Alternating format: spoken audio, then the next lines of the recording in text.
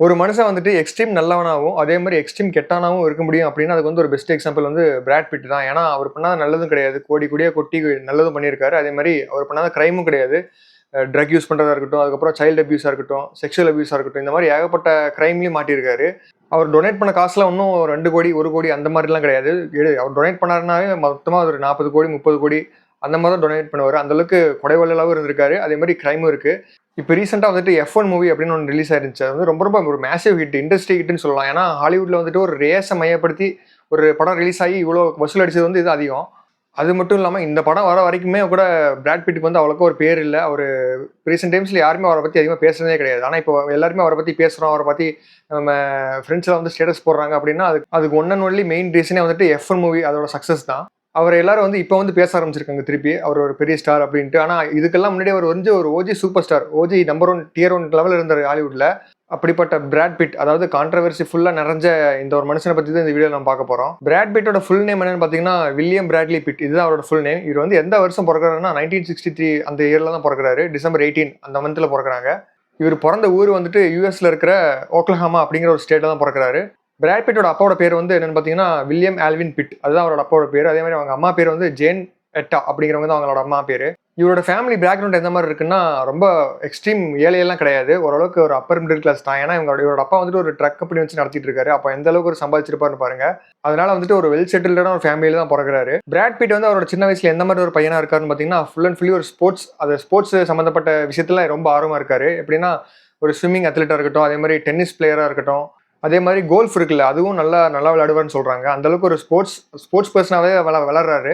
இதனாலேயே வந்துட்டு கிக்காப்போ high school அப்படிங்கிற அந்த ஸ்கூல்ல வந்துட்டு அவரோட ஸ்கூலிங் முடிக்கிறாரு. அதுக்கப்புறம் யூனிவர்சிட்டி ஆஃப் மிசௌரி அப்படிங்கிற அந்த ஒரு காலேஜில் சேர்ந்து ஒரு யூனிவர்சிட்டியில் சேர்ந்து படிக்க ஆரம்பிக்கிறாரு. என்ன படிக்கிறாருன்னா ஜேர்னலிசம் தான் படிக்கிறாரு. ஃபுல் அண்ட் ஃபுல்லி அந்த டிகிரி முடிச்சிடுறாரு. இவரோட பேரண்ட்ஸ்லாம் ரொம்பவே சந்தோஷப்படுறாங்க. எப்படியோ நம்ம பையன் டிகிரி முடிச்சிட்டான், இனிமேல் நல்ல ஒரு வேலைக்கு போயிடுவான், ஒரு ஜேர்னலிசம் ஆயிடுவான், ஒரு ஜேர்னலிஸ்ட் ஆயிடுவான் அப்படின்னு சொல்லி சந்தோஷப்பட்டிருக்காங்க. ஆனால் இவரோட ஐடியா வந்து வேற இருந்திருக்கு. ஏன்னா இவரோட இவரோட இன்ட்ரெஸ்டே வந்து அதுக்கப்புறம் சினிமா பக்கம் போயிருது. நான் எப்படி நடிகனாகி காட்டுறேன் அப்படின்னு சொல்லி அவங்க ஃபேமிலி கிட்ட சொல்றாரு, அவங்க அப்பாட்ட சொல்றாரு. அவங்க அப்பா வந்துட்டு அது இவர் சுத்தமா விரும்பவே இல்லை. அவரை திட்டி அனுப்பிச்சிடுறாரு, வீட்டை விட்டு வெளியே அனுப்பிச்சிடுறாரு. அதனால இவரும் வேற வழியே இல்லாம வீட்டை விட்டு வெளியே வந்துடுறாரு. அதுக்கப்புறம் லாஸ் ஏஞ்சல்ஸ் போயிடுறாரு. அங்கதான் வந்து ஹாலிவுட்டே இருக்கு. அங்க போயிடுறாரு. அது பக்கத்துல ரூம் எடுத்து தங்கி ஒரு சின்ன சின்ன வேலையெல்லாம் பாக்குறாரு. அதாவது பிளம்பரா இருக்கட்டும், அப்புறம் காய்கறி ஷாப்ல வந்துட்டு பில் போடுற வேலையா இருக்கட்டும், இந்த மாதிரி ஒரு சின்ன சின்ன வேலையெல்லாம் பார்த்து சம்பாதிச்சு கஷ்டப்பட்டு தான் வளர்றாரு. இவ்வளவு கஷ்டப்படுறதுக்கு காரணம் என்னன்னு கேட்டீங்கன்னா, அவர் வந்து ஃபியூச்சர்ல வந்து ஒரு பெரிய ஆளாகணும், பெரிய ஆக்டர் ஆகணும், அதாவது ஆஸ்கர் வாங்குற அளவுக்கு டெவலப் ஆகணும் அப்படிங்கறது அவர் ஒரே ஒரு எய்மா இருந்திருக்கு. ஆனா வந்துட்டு அவருக்கு எடுப்புல யாருமே வந்து வாய்ப்பு கொடுக்கறதுக்கு தயாராவே இல்ல. ரொம்பவுமே கஷ்டப்பட்டுட்டு தான் 2 வருஷம் கழிச்சு தான் அவருக்கு வாய்ப்பு, ஒரு சின்ன சின்ன ரோல்க்கே வாய்ப்பு கிடைக்கிற மாதிரி இருக்கு. ஆனா அதுவுமே வந்து அவர் ரிஜெக்ட் பண்ணிடுறாரு. இல்ல எனக்கு ஹீரோவா தான் நடிக்கணும் அப்படின்னு சொல்லிட்டு. ஆனா வந்துட்டு நிறைய டைரக்டர்ஸா இருக்கட்டும், நிறைய பெரிய பெரிய ப்ரொடியூசர்ஸா இருக்கட்டும், தம்பி உனக்கு ஹீரோவெல்லாம் தர முடியாது, நான் கொடுக்குற கேரக்டர் நீ பண்ணு, அதுக்கப்புறம் நீ அதுல எப்படி பெர்ஃபார்ம் பண்றியோ அதை பொறுத்து தான் எனக்கு வந்து அடுத்தடுத்த ரோல்ஸ் எல்லாம் தருவோம் அப்படின்னு சொல்லி அவர் வந்து ப்ரெஷர் பண்றாங்க. அப்படி வந்துட்டு பிராட் பிட் எப்ப ஃபர்ஸ்ட் டெபியூட் பண்றாருன்னா 1987ல தான். நோ வே அவுட், அப்புறம் நோ மேன்ஸ் லேண்ட், அப்புறம் வந்து லெஸ் தென் ஜீரோ அப்படிங்கிற 3 படத்துலையுமே வந்து நடிக்கிறாரு. ஆனா நடிக்கிறது வந்து எல்லாமே வந்து ரொம்ப ரொம்ப சின்ன ரோல். அதாவது வந்து ஒரு 2 நிமிஷம், 2 செகண்ட், அப்புறம் 10 செகண்ட் இந்த மாதிரி தான் ரோலே கொடுக்குறாங்க. அதாவது 1.5 மணி நேரம் படத்துல வெறும் 2 நிமிஷம், 3 நிமிஷம் அந்த மாதிரி தான் ரோலே அவர் கொடுக்குறாங்க. அவரும் வந்துட்டு இந்த கஷ்டப்பட்டு செய்யற வேலைக்கு பதிலாக அட்லீஸ்ட் இதுலயாவது ஒரு கொஞ்சமாவது காசு கிடைக்குன்னு சொல்லி வேற வழியெல்லாம் பண்ணிட்டு இருக்காரு. அதுக்கப்புறம் பிராட் பிட்க்கு வந்து எப்போ பிரேக் த்ரூ கிடைக்குதுன்னு பார்த்தீங்கன்னா 1991ல தெல்மா அண்ட் லோயிஸ் அப்படிங்கிற அந்த ஒரு படத்துல தான் கிடைக்குது. ஆனா அந்த படத்துல வந்து என்ன மாதிரி அவருக்கு வந்து பிரேக் த்ரூ கிடைக்குதுன்னு பார்த்தீங்கன்னா ஒரு நெகட்டிவான ஒரு இதுதான். அதாவது ஒரு பான் ஆக்ட்ரஸ் அப்படிங்கிற மாதிரி ஒரு முத்திரை குத்திடுறாங்க. ஏன்னா அந்த படத்துல வந்துட்டு ஏகப்பட்ட 18+ சீன்ஸ்ல வந்துட்டு இவர் நடிச்சிருப்பாரு. அதனால வந்துட்டு இவர் வந்து ஒரு பான் ஆக்ட்ரஸ் ரேஞ்சுக்கு வச்சு கலாய்க்க ஆரம்பிச்சாங்க. அப்படித்தான் ஒரு மோசமான ஒரு ஸ்டார்ட் தான் கிடைச்சிருக்கு அவருக்கு சினிமாலேயே. போற வர பிரஸ் மீட்லாம் இவர் வந்துட்டு ஒரு பான் ஆக்டர் அப்படின்னு சொல்லி தான் ரிப்போர்ட்டர்ஸ்ல இவர் வந்து கேள்வி கேட்டு அவர் வந்து டார்ச்சர் பண்ணி அவர் வந்து அசிங்கப்படுத்தியிருக்காங்க. இந்த மாதிரி ஒரு விஷயத்துலலாம் எந்த ஒரு ஆக்டர்ஸுமே தப்பிக்க முடியாது. ஏன்னா ஹாலிவுட்டை பொறுத்த வரைக்கும் அந்த படத்துல எந்த படத்தில் நடிச்சாலுமே சரி அவங்களாம் வந்து பிரஸ் மீட் கொடுத்து தான் ஆகணும். இங்க மாதிரி வந்துட்டு நான் ஆடியோ லான்ச்ல வரமாட்டேன்லாம் சொல்ல முடியாது. அந்த மாதிரிலாம் சொல்லவே முடியாது. ஏன்னா அக்ரிமெண்ட்லேயே சைன் போட்டுருவாங்க. அப்படிப்படி யாருமே அட்டன் பண்ணலைன்னா கண்டிப்பா அவங்க வந்து கோர்ட்ல போய் ஆஜராகணும். அங்க வந்து பெரிய பெரிய ஒரு நாம்ஸே இருக்கு. அதனாலேயே இவர் போற இடத்துலலாம் இவர் வந்துட்டு ஒரு பான் ஆக்டர் அப்படிங்கிற ஒரு முத்திரையை குத்தி இவர் வந்து ரொம்ப அசிங்கப்படுத்தி கேலி பண்ணிட்டு இருந்தாங்க. ஆனா பிராட் பிட் வந்து கொஞ்சம் கூட அசரல. அதே பிரஸ் மீட்ல நிறைய ரிப்போர்ட்டர்ஸ் இருக்கும்போது அவர் என்ன சொல்றாருன்னா, இதே ஹாலிவுட்ல நான் வந்து ஒரு டியர் 1 ஆக்டரா வந்து காட்டுவேன், ஹாலிவுட்லயே ஒரு பெரிய ஆக்டரா வந்து காட்டுவேன், அப்ப வச்சுக்கிறேன் அப்படிங்கிற மாதிரி ஒரு பிரஸ்லாம் கொடுத்திருந்தாரு. 1992ல அந்த மாதிரி ஒரு பிரஸ் மீட் கொடுத்திருந்தாரு. அதனாலேயே வந்துட்டு அந்த தெல்மா அண்ட் லூயிஸ் அப்படிங்கிற அந்த படத்துக்கு அப்புறம் நடிச்ச எல்லா படமே வந்துட்டு அவரோட ஆக்டிங் ஸ்கோப்பை வந்து நிறைய ப்ரூவ் பண்ற மாதிரி படத்துல மட்டும் தான் நடிச்சிருந்திருக்காரு. 4-5 படத்துல நல்லாவே நடிச்சு அந்த படம் நல்லாவே ஓடிச்சு. இவருக்கு ஒரு நல்ல ஒரு பேரே கிடைச்சது. அது மட்டும் இல்லாம ஒரு படி மேல போய் 1995ல வந்து ரிலீஸ் ஆன 12 Monkeys அப்படிங்கிற அந்த ஒரு படத்துக்காக வந்துட்டு கோல்டன் குளோப் அவார்டு வாங்குறாரு. அது வந்து ரொம்ப ரொம்ப ஒரு பெரிய பெரிய அவார்டு அது. அதே மாதிரி 1999ல வந்துட்டு ஆஸ்காருக்கே நாமினேட் ஆகுறாரு. அந்த அளவுக்கு அவரோட ஆக்டிங் ஸ்கில் வந்து ரொம்பவே டெவலப் ஆயிருக்கு. அதுக்கப்புறம் வந்துட்டு 1999ல ஃபைட் கிளப் அப்படிங்கிற ஒரு படத்துல நடிக்கிறாரு. ரொம்ப ரொம்ப பெரிய ஒரு மேசிவ் ஹிட் ஆகுது. அதுக்கப்புறம் தான் 2000 அப்படிங்கிற அந்த ஒரு இயரே ஸ்டார்ட் ஆகுது. இதுக்கப்புறம் தான் அவர் வந்து அவரோட டியர் 1 அப்படிங்கிற அந்த இமேஜ், அந்த ட்ரீம் வந்து வர ஆரம்பிக்குது. எப்படின்னா ட்ராய் அப்படிங்கிற அந்த ஒரே ஒரு படத்துல வந்துட்டு இப்ப எப்படி பிரபாஸ் வந்து பாகுபலியில வந்துட்டு பேன் இண்டியன் ஆக்டர் ஆனாரோ, அதே மாதிரி ட்ராய் அப்படிங்கிற அந்த ஒரே ஒரு படத்தினால மட்டுமே பிராட் பிட் அவர் ஹாலிவுட்டே ஆள்ற லெவலுக்கு வந்துட்டாரு. அதாவது நம்பர் 1 ஹீரோ அப்படிங்கிற அந்த ஸ்டேட்டஸே அப்பதான் அவர் அடைகிறாரு. இதே டைம்ல தான் வந்துட்டு பாத்தீங்கன்னா 2000ஸ்ல வந்துட்டு ஜெனிஃபர் அனிஸ்டன் அப்படிங்கிற ஒரு ஹீரோயின் கூட இவர் வந்து மேரேஜ் பண்ணிக்கிறாரு. அதுவும் லவ் மேரேஜ் தான். பிராட் பிட்டை பொறுத்த வரைக்கும் வந்துட்டு பாத்தீங்கன்னா அவர் அல்ட்ரா லெவல் பிளே பாய் அப்படின்னு தான் சொல்லுவாங்க. ஏன்னா அவர் கூட நடிக்கிற எல்லா படத்துலயுமே சரி, ஒவ்வொரு படத்துலயும் என்னென்ன ஆக்டர்ஸ் நடிக்கிறாங்களோ அவங்க எல்லாரு கூடயும் வந்து டேட்டிங் போவார், அவுட்டிங் போவார், ஊரா சுத்துவார் அப்படின்லாம் சொல்றாங்க. அந்த அளவுக்கு ஒரு பிளே பாயா தான் சுத்திட்டு இருந்திருக்காரு. ஆனா அப்படி டேட்டிங் பண்ண ஒரு ஹீரோயின் ஜெனிஃபர் அனிஸ்டன் அவர் மேரேஜே பண்ணிக்கிறாரு. அப்படி மேரேஜ் பண்ண இந்த கப்பல் வந்து ரொம்ப ரொம்ப ஃபேமஸான கப்பலா இருக்காங்க ஹாலிவுட்ல. ஆனா அந்த மேரேஜ் வந்து ரொம்ப நாளைக்குலாம் நீடிக்கவே இல்லை. ஏன்னா 2005 வருஷமே அவங்க வந்து டிவோர்ஸ் ஆயிடுறாங்க. அதுக்கு வந்து இந்த ஜெனிஃபர் வந்து என்ன சொல்றாங்கன்னா, பிராட் பிட் வந்து ரொம்ப ஹார்ஷா இருக்காரு, ரொம்ப ஹார்ஷா என்ன டீல் பண்றாரு அப்படிங்கிற மாதிரி சொல்லி கோர்ட்லாம் கேஸ்லாம் போட்டிருந்தாங்க. அந்த அளவுக்கு ஒரு வாக்குவாதம் நிறைய போயிட்டு இருந்துச்சு. அதுக்கப்புறம் தான் வந்துட்டு மிஸ்டர் அண்ட் மிஸ்ஸஸ் ஸ்மித் அப்படிங்கிற ஒரு படம் ரிலீஸ் ஆகுது. இந்த படத்துல வந்துட்டு இவரு கூட வந்துட்டு ஆஞ்சலினா ஜோலி அப்படிங்கிற ஒரு மிகப்பெரிய ஒரு ஆக்ட்ரஸ். அவங்களோட பேர் வந்து கண்டிப்பா எல்லாரும் ஒரு வாட்டி கேள்விப்பட்டிருப்பீங்க. அதை வச்சு ஒரு பாட்டெல்லாம் எழுதியிருக்காங்க தமிழ் சினிமால. அந்த அளவுக்கு ஒரு ஃபேமஸான அழகான ஒரு ஹீரோயின்.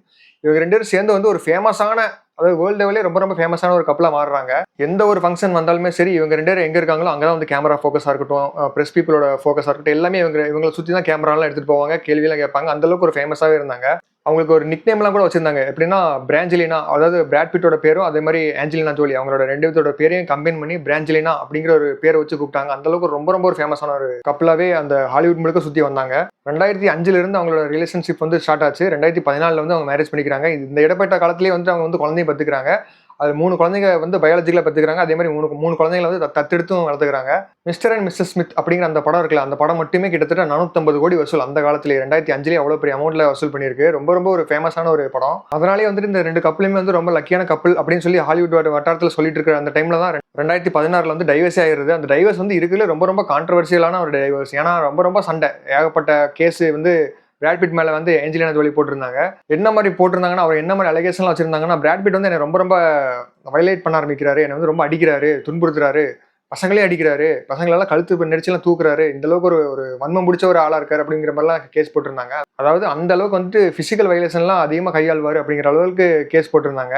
இன்ஃபேக்ட் வந்து பாத்தீங்கன்னா அவங்களோட குழந்தைய வந்து என்னோட கஸ்டடியில தான் இருக்கணும் அப்படின்னு சொல்லி கேஸ் போட்டு வச்சிருந்தாங்க. அதனால வந்துட்டு 2016ல டைவர்ஸ் ஆனாலும் 2021 வரைக்குமே கூட ஏஞ்சலினா ஜோலி கூட தான் வந்துட்டு அவங்க குழந்தைகளா இருந்தாங்க. அதுக்கப்புறம் தான் வந்துட்டு இல்ல பிராட் பிட்டுக்கும் இதுல கொஞ்சம் பங்கு இருக்கு, அதனால அவர்கிட்டயே கொஞ்ச நாளைக்கு இருக்கணும் அப்படிங்கிற மாதிரி கோர்ட் சொல்லியிருந்ததுனால வேற வழியே இல்லாம ஏஞ்சலினா ஜோலி வந்து பிராட் பிட் கிட்டே அந்த குழந்தைங்க வந்து கொஞ்ச நாளைக்கு இருக்கிறதுக்கு அனுமதிச்சாங்க. அதெல்லாம் தாண்டி வந்துட்டு இருக்கிறதுல ஏகப்பட்ட சண்டை வந்துட்டு போயிட்டு இருந்துச்சு. பப்ளிக்கா பிரஸ் மீட்டாவே வந்து நிறைய கொடுப்பாங்க ஆஞ்சலினா ஜோலி. பிராட் பிட்டை வந்து தரக்குறைவா பேசுவாங்க. இப்ப எப்படி சீமானா வந்துட்டு விஜயலட்சுமி பேசுறாங்களோ அதை விட ரொம்ப ரொம்ப மோசமா பேசிட்டு இருந்திருக்காங்க. அதாவது ஏஞ்சலினா ஜோலி என்ன சொல்றாங்கன்னா நிறைய பேட்டிகள்ல, பிராட் பிட்டை மாதிரி ஒரு மோசமான மனுஷன் இந்த உலகத்திலே பிறந்ததே கிடையாது அப்படிங்கிற ரேஞ்சுக்கு வந்து அவர் மேல வந்து குற்றச்சாட்டுலாம் வைக்க ஆரம்பிச்சாங்க. இதனாலேயே வந்துட்டு பிராட் பிட் வந்து ரொம்ப மன உளைச்சல் காலாகிறாரு. ஏஞ்சலினா ஜோலி வந்து பிரிஞ்சதை வந்து என்னால் தாங்க முடியல அப்படின்னு சொல்லி நிறைய பிரஸ் மீட்லேயே சொல்லியிருக்காரு. அதனால வந்துட்டு ஏகப்பட்ட ட்ரக்ஸ் எல்லாம் எடுக்க ஆரம்பிச்சிருக்காரு. ட்ரக்ஸுக்கு வந்து ரொம்பவுமே அடிமையாக ஆரம்பிச்சிட்டாரு. ரொம்ப வரவன் போறவங்கலாம் பிடிச்சி அடிக்கிறதா இருக்கட்டும், இந்த மாதிரி ஏகப்பட்ட கேஸ்லாம் கூட மாட்டியிருக்காரு. இதெல்லாம் விட ஒரு பெரிய பெரிய குற்றச்சாட்டு என்னன்னு பாத்தீங்கன்னா, 2016 வருஷம் வந்துட்டு இவர் வந்து ஒரு ஃபிளைட்ல போயிட்டு இருந்திருக்காரு பிராட் பிட். அப்ப வந்து அதே ஃபிளைட்ல வந்துட்டு இன்னொரு ஃபேமிலி டிராவல் பண்ணிட்டு இருந்திருக்காங்க. அதுல வந்துட்டு ஒரு சின்ன குழந்தை இருந்திருக்கு, பெண் குழந்தை. அந்த குழந்தைய வந்துட்டு இவர் வந்து பிசிக்கல் அபியூஸ் பண்ணியிருக்காரு. அதை வந்து ஒரு பெரிய பிரச்சனையாவே மாத்திட்டாரு. அவரோட அந்த குழந்தையோட அப்பா வந்து பெரிய பிரச்சனையை மாத்திருக்காரு. அதனால வந்துட்டு இவர் மேல கேஸ் எல்லாம் போட்டிருக்காங்க. ஆனா வந்து இவரோட இன்ஃபுளுன்ஸ் எல்லாம் பயன்படுத்தி அந்த பேரண்ட்ஸ்க்கு வந்து நல்ல ஒரு நஷ்டீடெல்லாம் கொடுத்து அந்த கேஸை வந்து சால்வ் பண்ணி முடிச்சிட்டாரு. இல்லைன்னா இவர் இன்னும் ஜெயிலில் தான் இருந்திருக்கணும். ஸோ இந்த மாதிரி ட்ரக் யூஸ், அதே மாதிரி சைல்டு அபியூஸ், இந்த மாதிரி ஒரு பெரிய பெரிய கிரைம் தான் பண்ணிட்டு இருந்திருக்காரு. ஆனால் இதுக்கெல்லாம் அவர் என்ன ரீசன் சொல்றாருன்னு பார்த்தீங்கன்னா, ஏஞ்சலினா ஜோலி வந்து பிரிஞ்சது தான் காரணம். அந்த ரிலேஷன்ஷிப் பிரேக் ஆனதுனால தான் வந்துட்டு எனக்கு டிப்ரெஷன் ஆயிடுச்சு, அதனால தான் நான் என்ன அறியாம இந்த மாதிரிலாம் பண்ணிட்டேன் அப்படின்னு சொல்லி கோர்ட்லாம் சொல்லியிருக்காரு. அதனால வந்துட்டு இவர் வந்து விட்டுறாங்க. அஃப்கோர்ஸ் மணி இன்ஃப்ளூயன்ஸும் நிறையவே இருக்கு, அதனால அதையும் நம்ம ஒத்துக்கிட்டு தான் ஆகணும். ஆனால் இவரை வந்து இந்த அளவுக்கு டிப்ரெஷன்ல இருக்கும்போது தான் வந்துட்டு ஒரு ஃப்ரெண்டு மாதிரி வந்து ஒருத்தர் வந்து அவரை ரிவைவ் பண்றாரு. யாருன்னு பார்த்தீங்கன்னா Quentin Tarantino, one of the ஹாலிவுட்டோட மிகப்பெரிய ஒரு டைரக்டர். எல்லாருக்குமே தெரிஞ்சிருக்கும், எல்லாருமே கேள்விப்பட்டிருப்பீங்க. இப்போ எப்படி ராஜமௌலி, சங்கர்லாம் இருக்காங்களோ அந்த மாதிரி ஹாலிவுட்ல அவர் தான் வந்துட்டு உன்னை நான் ரெடி பண்றேன் வா அப்படின்னு சொல்லி once upon a time in Hollywood அப்படிங்கிற ஒரு படத்தில் நடிக்க வச்சு அவருக்கு வந்து ஆஸ்கார் அவார்டே வாங்குற அளவுக்கு ஒரு பேர் வாங்கி கொடுத்துட்றாரு. அவரோட பிறவி பலனே அடைஞ்சிட்டாருன்னு சொல்லலாம் பிராட் பிட்.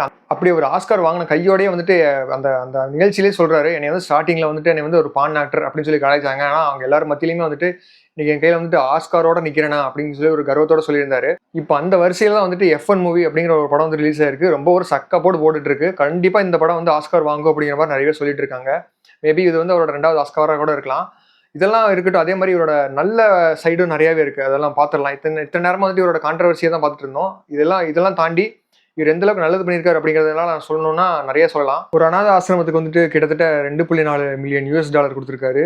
சாதாரண அமௌண்ட் இல்லை, இதெல்லாம் ரொம்ப ரொம்ப ஒரு பெரிய அமௌண்ட். அதே மாதிரி ஓல்டேஜ் குரூப்பாக இருக்கட்டும், அப்புறம் கேன்சர் பேஷன்ஸ்க்காகட்டும், இவங்க எல்லாத்துக்கும் வந்துட்டு $3.5 மில்லியன் வந்து டொனேட் பண்ணியிருக்காரு. அதே மாதிரி எர்த்குவேக்ல வந்துட்டு நிறைய பேர் இறந்து போயிருப்பாங்க ஜப்பான்ல, அவங்களுக்கு கூட இவர் வந்து டொனேட் பண்ணியிருக்காரு. ஒரு $1 மில்லியன் அந்த மாதிரி டொனேட் பண்ணியிருக்காரு.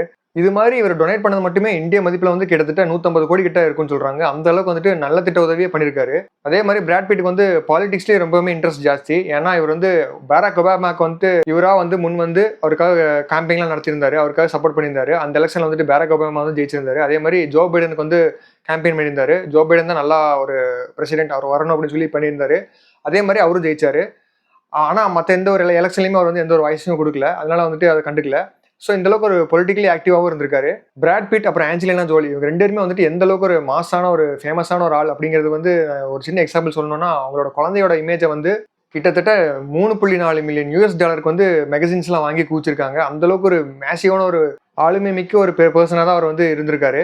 அதுக்கப்புறம் 2008 வந்துட்டு பிராட் பிட் அப்புறம் ஆஞ்சலினா ஜோலி இவங்க 2 பேத்துக்குமே வந்துட்டு ஒரு ட்வின்ஸ் பிறக்கிறாங்க. அந்த 2 குழந்தைகளோட இமேஜை மட்டுமே இவங்க வந்துட்டு கிட்டத்தட்ட $14 மில்லியன் அளவுக்கு வித்திருக்காங்க. இந்த பிக்சர் தான் வந்துட்டு இந்த உலகத்திலே வந்துட்டு அதிகமா விற்கப்பட்ட ஒரு செலிபிரிட்டியோட இமேஜ். அப்படி இப்பவுமே அதுதான், அந்த இமேஜ் தான் வச்சிருக்கு. அந்த ஒரு ரெக்கார்டை கின்னஸ் ரெக்கார்ட்லயே அதான் இருக்கு. அப்போ வந்துட்டு எந்த அளவுக்கு ஒரு ஃபேமஸான ஒரு ஆளா இருந்திருப்பாரு அப்படின்னு சொல்லி இமேஜின் பண்ணி பாருங்க. இப்பதான் கொஞ்ச நாளைக்கு வந்து அவுட் ஆஃப் ஃபார்ம்ல இருந்தாரு, இப்போ திருப்பி வந்துட்டு F1ல வந்துட்டாரு. ஸோ அவ்வளவுதாங்க இவரோட லைஃப் ஸ்டோரி. எல்லாமே வந்துட்டு நல்லது கெட்டது எல்லாம் ரொம்பவுமே கலந்து இருந்திருக்கும். அதாவது எக்ஸ்ட்ரீம் நல்லதும் இருக்கும், அதே மாதிரி எக்ஸ்ட்ரீம் கெட்டது இவரோட வாழ்க்கையில இருக்கும். அதெல்லாம் தான் இவரோட வாழ்க்கை, பிராட் பிட்டோட வாழ்க்கை.